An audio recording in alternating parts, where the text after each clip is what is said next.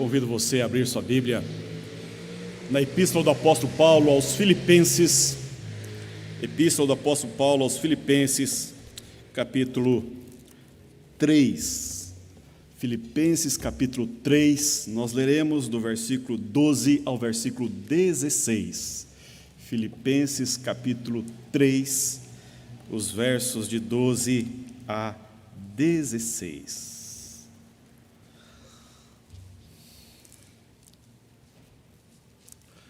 Diz-nos a palavra do Senhor: não que eu o tenha já recebido, ou tenha já obtido a perfeição, mas prossigo para conquistar aquilo para o que também fui conquistado por Cristo Jesus. Irmãos, quanto a mim, não julgo havê-lo alcançado, mas uma coisa faço, esquecendo-me das coisas que para trás ficam e avançando para as que diante de mim estão, prossigo para o alvo, para o prêmio da soberana vocação de Deus em Cristo Jesus. Todos, pois, que somos perfeitos, tenhamos este sentimento, e se porventura pensais de outro modo, também isto Deus vos esclarecerá.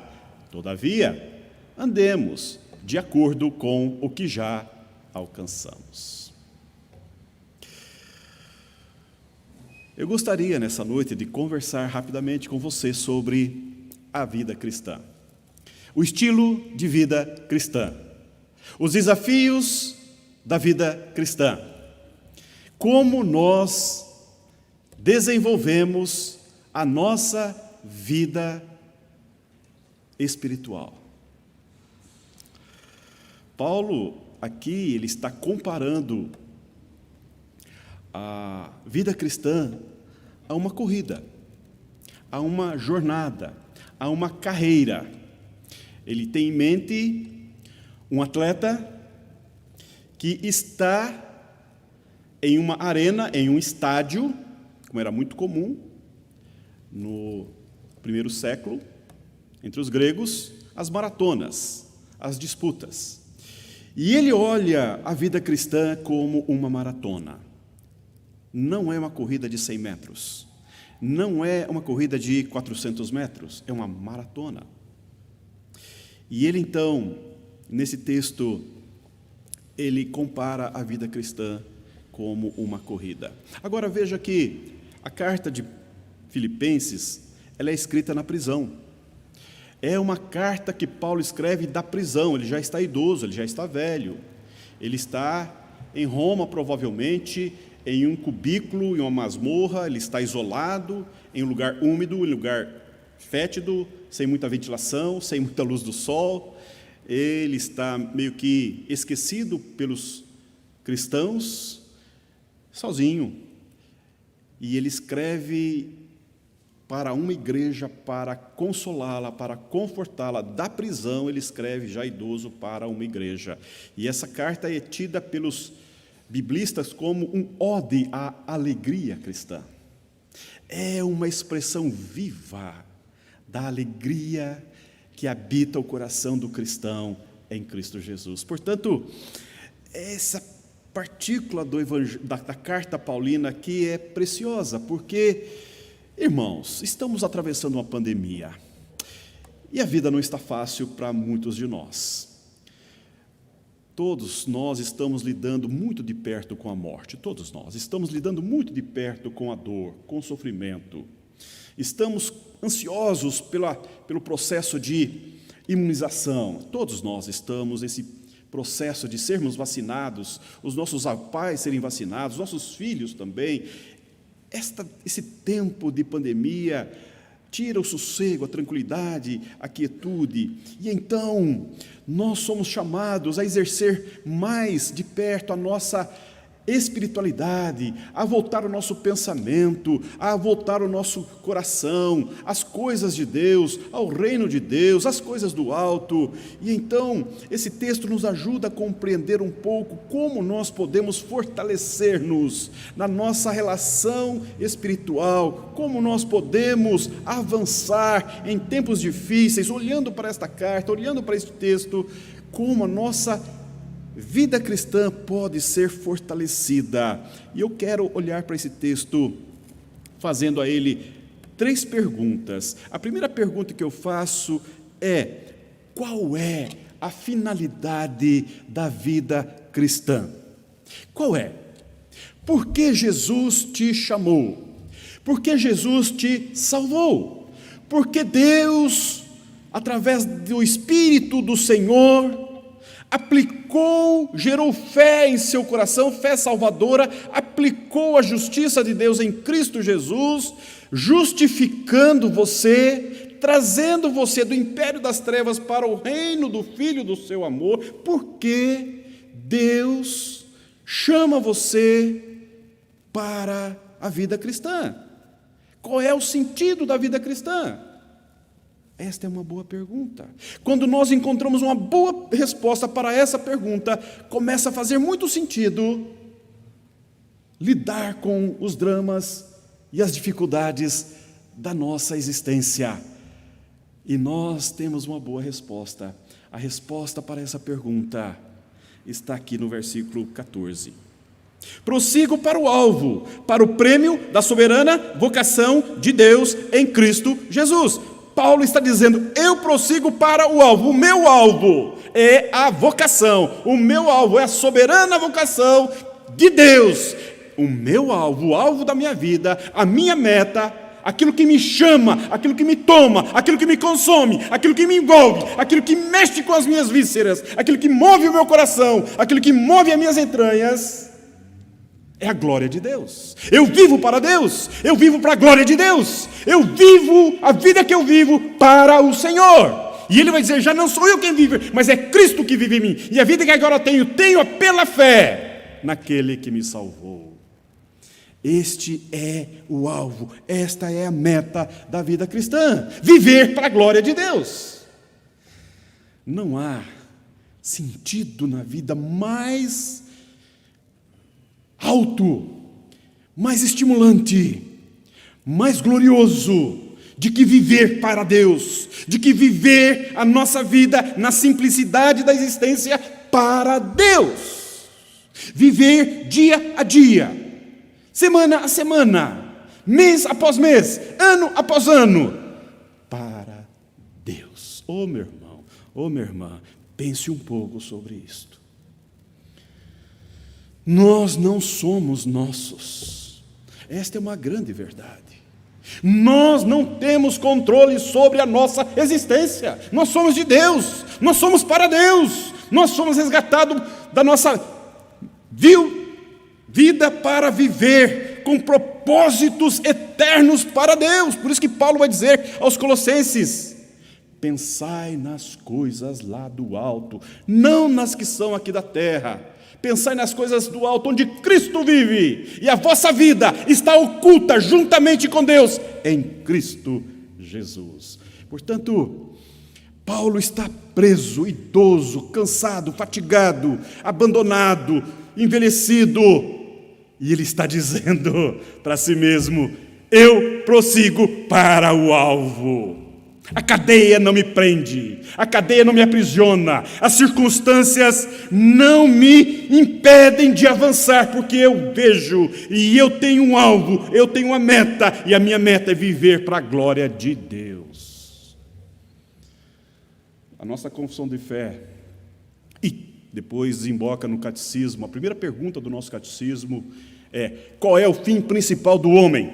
E a resposta é: o fim principal do homem é glorificar a Deus e gozá-lo para sempre. Gozá-lo para sempre. Glorificar a Deus e gozá-lo para sempre.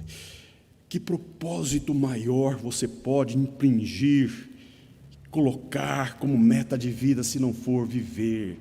Você acordar de manhã, seja num dia carrancudo, num dia frio, ou num dia alegre, ensolarado, e você despertar, abrir os olhos e ter um dia inteiro para viver e dizer: Deus, hoje eu vou viver para a glória do Teu nome. Não quero viver por meus próprios desejos, para minha própria vontade. Eu quero hoje buscar a Tua vontade na minha vida. Eu quero buscar o sentido que o Senhor quer dar para o meu dia, na minha vida hoje. Paulo, escrevendo aos Efésios, capítulo 4, ele diz assim: até que todos cheguemos à unidade da fé e do pleno conhecimento do Filho de Deus, à perfeita varonilidade, à medida da estatura da plenitude de Cristo. O modo pelo qual nós glorificamos a Deus é viver a vida olhando para Cristo Jesus, buscando aperfeiçoar o nosso caráter ao caráter de Cristo, buscando similitude da nossa vida, do nosso pensamento, do nosso sentimento, alimentando a nossa alma, alimentando o nosso pensamento, ajustando a nossa memória, o foco da nossa vida a partir do Cristo, do Deus revelado em Cristo Jesus. Ele é o perfeito. E Paulo fala: até que todos cheguemos à perfeita varonilidade de Cristo Jesus. Ou seja, há um processo de crescimento, de avanço, em que nós devemos alcançar a estatura plena de Cristo Jesus. Isto é um alvo, isto é uma meta de vida, isto é o desafio que a vida cristã nos imputa. Não vivemos para nós, não vivemos para o trabalho, não vivemos apenas em função da família, não vivemos a partir de nós mesmos para nós mesmos. Não, o cristão tem um alvo, tem uma meta: viver para a glória de Deus. Agora, é claro, meu irmão, é claro, minha irmã, que os desafios estão presentes. Os desafios estão presentes. Gosto muito de pensar no salmo em que o rei Davi vai dizer: Senhor, a Tua graça é melhor do que a vida. Porque às vezes a vida se torna carrancuda para conosco. Às vezes viver dói. Viver dói. Viver, às vezes, é um confronto do nosso pensamento, e nós somos confrontados pela realidade dura, pela realidade cruel, que nos arrebata, que desajusta o nosso pensamento, que desafia o nosso coração, que traz uma bagunça, desordenando a nossa interioridade. Às vezes a vida nos propõe situações, circunstâncias dificílimas, complexas, e nós não temos repertório, e nós não temos recursos, e nós não temos possibilidades. É como desertos que Deus nos propõe, é como desertos que Deus pede para nós marcharmos, avançarmos, e nós olhamos aquela secura da vida, aquele deserto em que nada acontece, em que não há ninguém, não há nada que possa amparar-nos. Nessa hora, nesse momento, o rei Davi vai dizer: a Tua graça é melhor do que a vida, por isso os meus lábios Te louvam. Quando nós vivemos para a glória de Deus, nós sabemos quem conduz as jornadas da nossa vida. Nós sabemos, nós temos a segurança, nós temos a estabilidade, nós temos a firmeza de caminharmos, de darmos um passo e mais um passo e prosseguirmos, como o apóstolo Paulo está fazendo aqui. Ele está preso, ele está idoso, ele foi abandonado, ele está doente. E ele está dizendo: eu prossigo para o alvo, eu prossigo para o alvo. Ou seja, não há circunstâncias humanas, não há circunstâncias da vida, não há circunstâncias que nos impeçam de viver para a glória de Deus. Esta é a meta, este é o desafio, este é o convite da graça de Deus a vivermos para Deus. Porque quando nós vivemos para Deus, gosto muito de pensar no nosso missionário que plantou a igreja presbiteriana no Brasil, Ashbel Green Simonton. quando, muito jovem, sendo inflamado no coração após uma pregação missionária no seminário onde ele havia concluído seu curso de teologia em Princeton, ele foi desafiado por Deus a sair do conforto da sua terra e vir para a América do Sul, aqui no Brasil, para ser um missionário em terras brasileiras. Na época da febre amarela, vitimando muita gente, e sua família foi tomada de febre amarela, sua esposa morreu aqui. E então seus amigos tentaram demovê-lo desse risco de vida, desse projeto que era muito perigoso. E ele vai dizer: não há lugar mais seguro, não há lugar mais seguro do que estar no centro da vontade de Deus. E o texto que nós lemos em Romanos fala isto: ofereceis os vossos corpos por sacrifício vivo, santo e agradável a Deus, que é o vosso culto racional, e não vos conformais com este século, mas transformai-vos pela renovação da vossa mente, para que experimenteis qual seja a boa, agradável e perfeita vontade de Deus. Meu irmão, minha irmã, nessa noite eu preciso dizer para você: há um projeto de vida que Deus pensou para você. É esse projeto de vida que você precisa abraçar, estar no centro da vontade de Deus. Esse é o lugar seguro. Se é deserto, se é mar, se é oceano, se é vale, se é monte, as circunstâncias não importam, segundo o apóstolo Paulo. Porque para ele diz: o morrer é lucro. O morrer é lucro. Então, o alvo é este. Aí, devemos fazer uma outra pergunta para o texto: onde nós estamos? Se nós temos uma corrida e nós sabemos que o nosso alvo é a glória de Deus, viver para a glória de Deus, onde nós estamos? O apóstolo Paulo vai responder aqui. Olha só o versículo 12. Não que eu já tenha recebido ou já tenha obtido a perfeição, mas prossigo para conquistar aquilo para o que também fui conquistado por Cristo Jesus. O apóstolo Paulo ainda não chegou lá. Onde nós estamos? Para o apóstolo Paulo, ele está na jornada, ele está no caminho, ele está correndo a sua carreira, ele está avançando na sua carreira.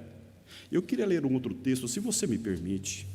O autor de Hebreus, no capítulo 12, ele vai dizer, versículo 1: portanto, também nós, visto grande nuvem de testemunhas, desembaraçando-nos de todo peso e do pecado que tenazmente nos assedia, corramos com perseverança a carreira que nos está proposta, olhando firmemente para o autor e consumador da fé, Jesus, o qual, em troca da alegria que lhe estava proposta, suportou a cruz, não fazendo caso da ignomínia, e está sentado à destra do trono de Deus. Considerai, pois, atentamente aquele que suportou tamanha oposição dos pecadores contra si mesmo, para que não vos fatigueis, desmaiando em vossas almas.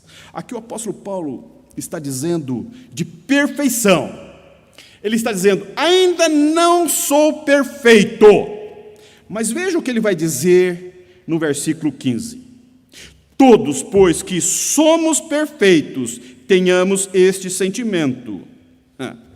Ele fala que ele ainda não está perfeito, mas ele está dizendo que somos perfeitos. Aqui nós estamos dizendo aquilo que nós já compreendemos na teologia, que nós, em Cristo Jesus, já fomos salvos, já fomos justificados, já nos tornamos santos, e então, perante Deus, através da cruz de Cristo, nós somos perfeitos para Deus em Cristo Jesus. Todavia, enquanto aqui vivemos na natureza humana imperfeita, nós estamos no processo de santificação.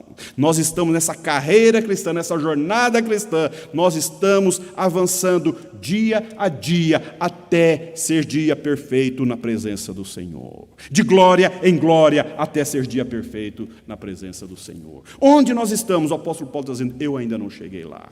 E você, meu irmão? E você, minha irmã? Onde você está?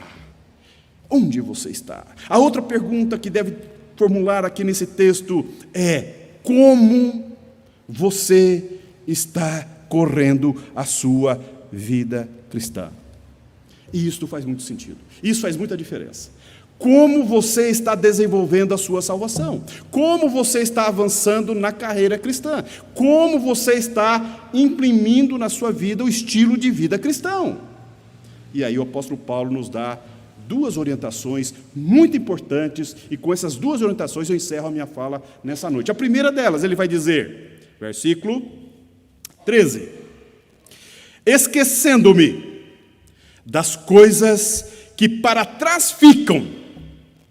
Eu quero dizer para você que a memória é cruel às vezes conosco. Às vezes, olhar para trás imputa-nos um grande prejuízo. O apóstolo Paulo está em mente o corredor, o atleta, aquele que está olhando para o prêmio, que está diante dele. Ele sabe que ele vai receber a coroa. E então, quando ele pensa na coroa, ele olha para a coroa e ele marcha, e ele sai, e ele avança. E como aquele atleta que quer chegar, ele não pode olhar para trás. Ele não pode dar-se ao luxo de se virar, querer olhar para trás. Assim como a mulher de Ló, em que Deus deu uma ordem para aquela mulher: ao sair da cidade, avance para o monte. Aquela mulher tinha todas as possibilidades de avançar, de ser salva, de ser liberta, de ser livre de toda a ira de Deus contra aquela cidade, mas o seu coração estava por demais apegado àquela cidade, o seu coração está por demais apegado às coisas daquela cidade, o seu coração estava muito envolvido com as coisas que estavam ficando para trás. E diz no texto bíblico que quando aquela mulher olhou para trás, foi transformada numa estátua de sal, numa estátua da incredulidade, numa estátua da impossibilidade de crer que havia coisas melhores na frente, de que havia coisas extraordinárias à frente, de que o futuro era glorioso, de que o Deus que a chamou estava marchando com ela. Ela olhou para trás, e muitos cristãos ficam nesses olhares, às vezes saudosos, às vezes não tão saudosos, mas tristonhos, medonhos, têm pesadelos com o passado. Eu quero dizer para você que o passado é pretérito, e também tem o pretérito imperfeito. Se há uma coisa, meu irmão, se há uma coisa, minha irmã, que você jamais pode alterar, é o seu passado. Você não tem controle mais sobre o seu passado. As coisas que passaram ficaram para trás. Não há como alterar o passado de cada um de nós. É passado, ficou para trás. O apóstolo Paulo está preso, ele está ali. E ele tem muito tempo para pensar na vida, ele tem muito tempo para conjecturar a sua vida, mas ele não se permite enfermar a sua alma, ele não se permite contaminar o seu pensamento, ele não se permite ser enfermado nos seus sentimentos, nas suas emoções. Não, porque ele sabe que o Espírito de Deus está com ele sabe que o Cristo da fé habita ricamente o seu coração, ele sabe em quem ele tem crido, e ele sabe que ele é poderoso para fazer infinitamente mais de tudo aquilo que ele pede, que ele busca, porque Deus é o Deus de todas as possibilidades. Embora preso, idoso, abandonado, doente, ele diz: as coisas que ficaram, ficaram. O que ficou, ficou. Aqui em Hebreus, ele nos chama, falando de um corredor que está numa arena, e ele está falando que, capítulo 12 de Hebreus, ele fala que tem uma nuvem de testemunha. E é uma das coisas mais maravilhosas da vida cristã, é que os santos estão no céu.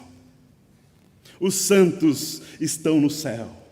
E aqui o autor de Hebreus está fazendo como que a igreja reunida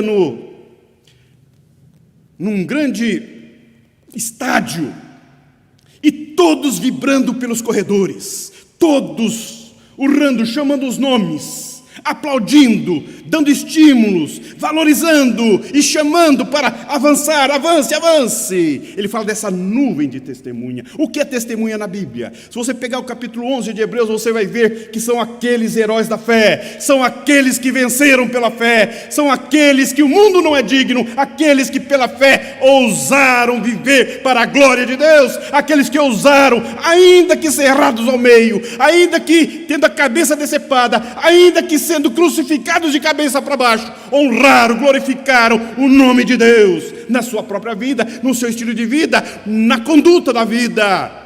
Não acovardaram-se e avançaram pela fé. E ele diz: desembaraçando-nos de todo o peso. A vida cristã nos chama a viver com leveza de vida. Leveza de vida. A vida cristã não é um peso, um fardo, uma angústia, uma coisa pesarosa. Não são apenas processos e procedimentos religiosos. A vida cristã é uma vida vivida na presença gloriosa, doce do Espírito de Deus, do Cristo da nossa fé. Oh, meu irmão, oh, minha irmã, Jesus nos prometeu: eis que estou convosco todos os dias até a consumação dos séculos. O estilo de vida cristã é olhar para Jesus, é olhar, fitar o Cristo da nossa fé, é olhar o Cristo ressurreto, aquele que venceu a cruz, aquele que foi ressurreto, aquele que nos chama, não olhando para trás. Jesus vai dizer: vinde a mim, todos que estáis cansados e sobrecarregados, e eu vos aliviarei. Nessa noite eu quero convidar você, em nome de Jesus. Você que está me acompanhando pela nossa transmissão. Ô minha irmã, ô minha irmã, ô meu irmão, a vida está difícil. Jesus convida você para o descanso. Não para o descanso eterno agora, espero eu, mas para o descanso da sua alma. Quem sabe você está desalmado, fatigado, exaurido nas suas forças, com as energias já acabando. Quem sabe a hora, é o momento certo, é a hora certa, é o momento adequado para você falar: Jesus, eu me rendo, eu entrego as betes, Jesus. Eu não dou conta da minha vida. Há um cansaço na minha alma, há um cansaço na minha vida, há um barulho no meu pensamento e eu não dou conta, Jesus. A minha alma está dilacerada. Oh, Jesus, eu quero substituir esse fardo pesado, esse cansaço, essa fadiga, pelo fardo de Jesus. Oh, meu irmão, oh, minha irmã, a vida cristã é essa preciosidade de sermos abraçados, acolhidos, como nós lemos aqui em Romanos, sermos fortalecidos, termos intercessão do Espírito de Deus que nos assiste em nossas fraquezas, porque às vezes nós não sabemos orar. Eu quero dizer para você como é que você está, como você está. O apóstolo Paulo está dizendo: eu deixo as coisas de trás para trás. E você tem feito isso?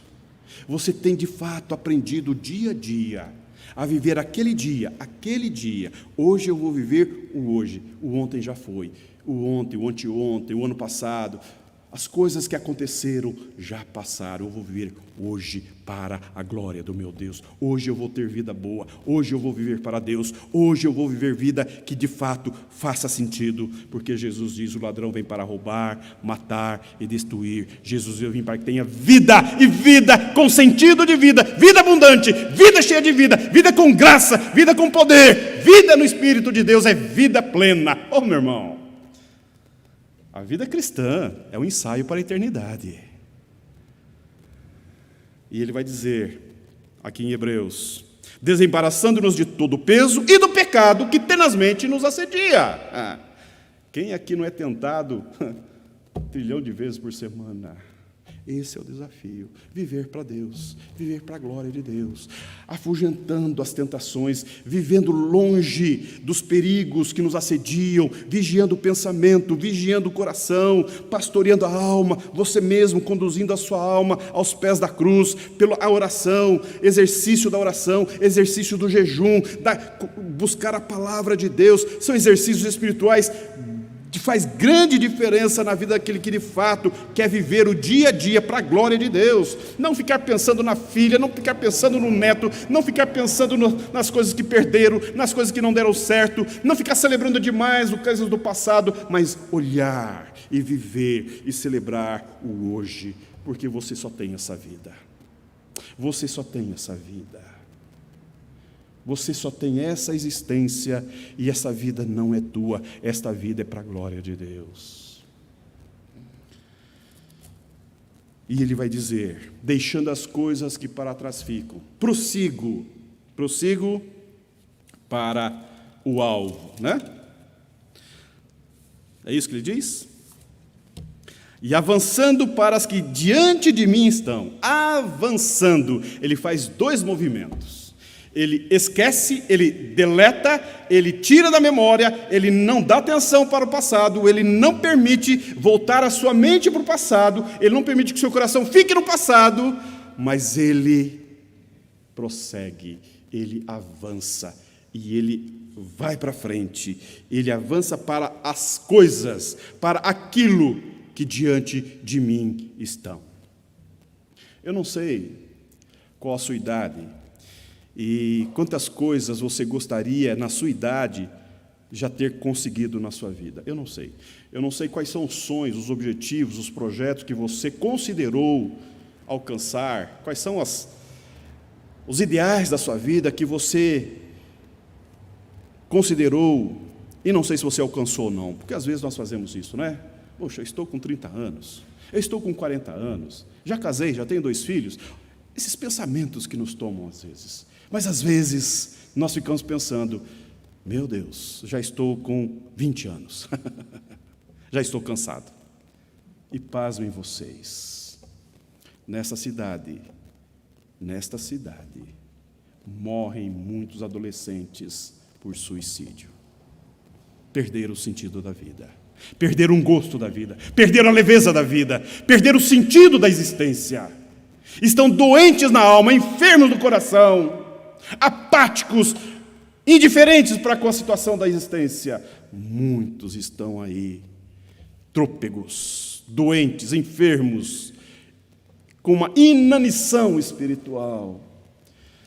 Quando nós olhamos para o início do livro da Bíblia, o livro de Gênesis, nós temos Deus chamando uma família para fazer história, e Ele vai mexer com Abrão. Abrão está com 75 anos, 75 anos. Alguém que hoje esteja com 75 anos, está logo procurando vacinar-se, porque tem medo de ir para a cova.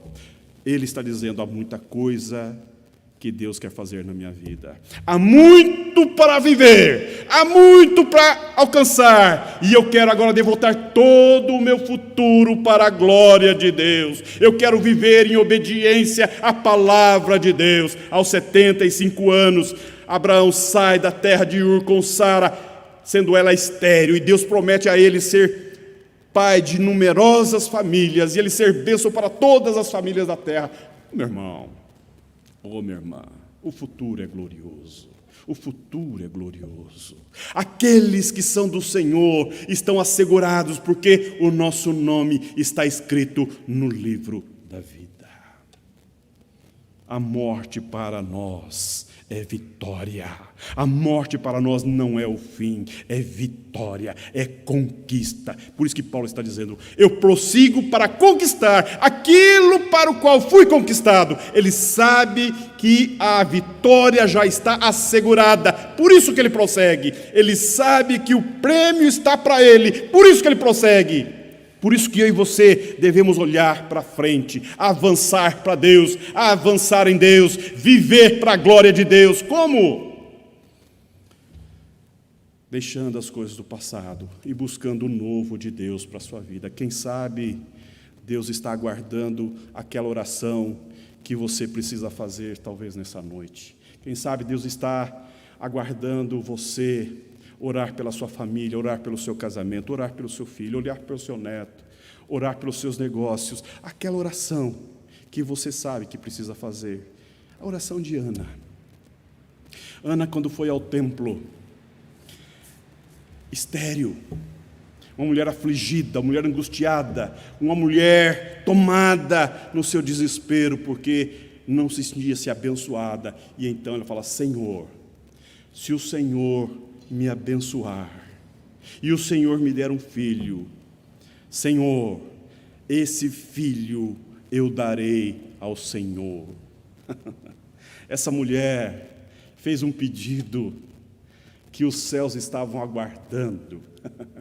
É um pedido, é uma oração, é uma súplica, é um desejo que estava guardado no peito daquela mulher, no âmago do seu ser. Ela queria sentir a bênção de Deus na sua vida. Falou: eu quero ser abençoada, eu não quero ser uma mulher amaldiçoada, eu não quero passar pela existência na mediocridade de um casamento que não gera filhos. Deus, toca a minha vida, toca o meu ventre, toca meu organismo, toca a minha vida, dá sentido, me dê um filho, me abençoe. Foi isso que ela pediu. Ela pediu para que Deus tocasse profundamente a sua vida e mudasse as estruturas da sua vida para que ela pudesse ser mãe. Foi isso que ela pediu. Ela queria ver a bênção de Deus, a glória de Deus, o poder de Deus na sua vida. Ô meu irmão, talvez é hora de você falar: Deus, toca o meu pensamento, visita a minha memória, traga o novo do Senhor para o meu coração. Ô meu irmão, ô minha irmã, a pandemia é um ótimo momento para você assimilar valores novos da graça de Deus na sua espiritualidade. É um momento mais que oportuno para Deus burilar, chacoalhar, mover, transformar, renovar, restaurar aquilo que precisa ocorrer dentro de você. E em segundo lugar, falar: Senhor, esta criança é tua e não é minha. Ana queria viver para a glória de Deus. E como? Sendo mãe, e sendo mãe, ofertando esse filho para Deus. Nós vivemos uma sociedade de acúmulo. As pessoas querem ter. Trabalhamos para ter. Os nossos filhos estão entulhados de coisas que nós compramos para eles, que eles não usam, eles não brincam, eles não usam, mas nós compramos e nós gastamos, e nós trabalhamos e nós gastamos. Compramos coisas que talvez jamais usaremos. Talvez faça 3 vidas para usarmos tantas coisas que nós acumulamos. Ana faz a conta diferente. Deus, a minha vida é tua, o meu ventre é teu, o meu coração é teu, o meu pensamento é teu, e o meu filho é teu. Eu consagro ao Senhor. Quem sabe é a hora de você consagrar, meu irmão. Consagrar o seu pensamento, consagrar o seu coração, consagrar a sua família, consagrar o teu trabalho, consagração.